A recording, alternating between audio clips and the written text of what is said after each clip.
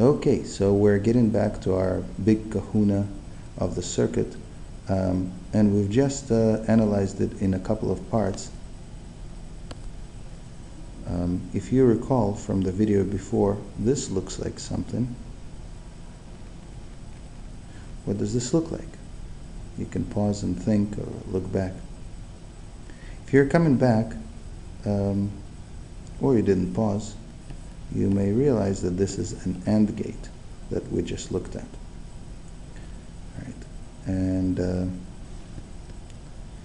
here, maybe we can add additional resistance here. That's a little r. I'll mark it with little r. Okay, that's a resistance. Maybe that looks to you, hopefully, like an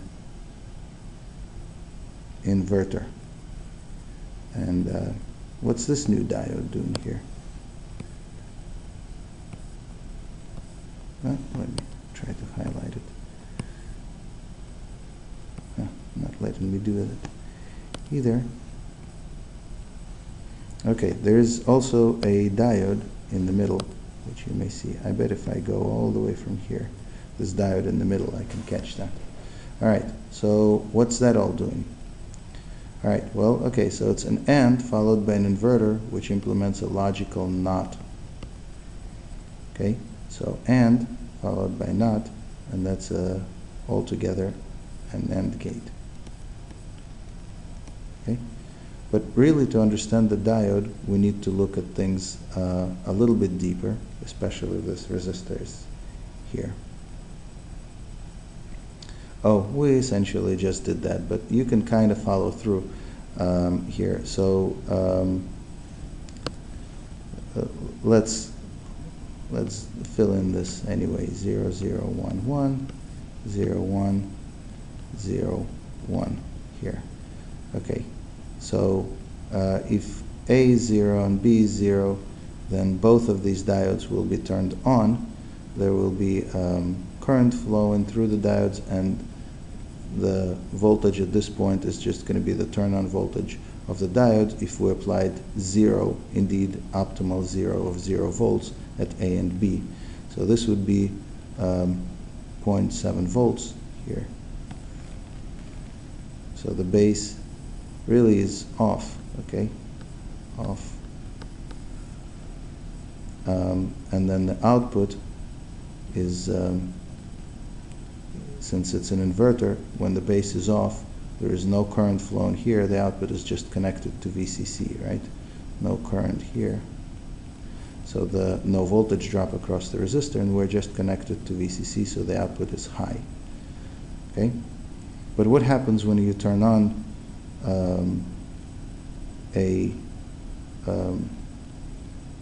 well, when you turn off one of the diodes? Actually, let's try, for now, let's try applying a high, not turn on the diodes, but apply a high here at the diode end.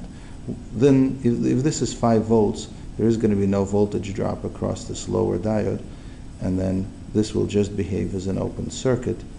And but we still have the voltage drop across this diode on top. This one still have it, and we still maintain that 0.7 over here. So really nothing changes. This is off, and the output is still 1. All right, okay. If we reverse the diodes, just like we previously analyzed, and we not turn on, but apply high voltage to 1, essentially turning it off to diode A, and apply low voltage to diode B, making that turned on, then the situation reverses.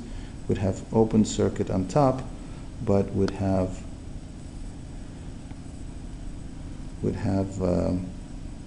now this situation that still here it's 0.7 volts because we turned on this lower diode, and so this is still 0.7 volts, base is still off, and the output is still high. All right, now what happens if we put a logical 1 at input B?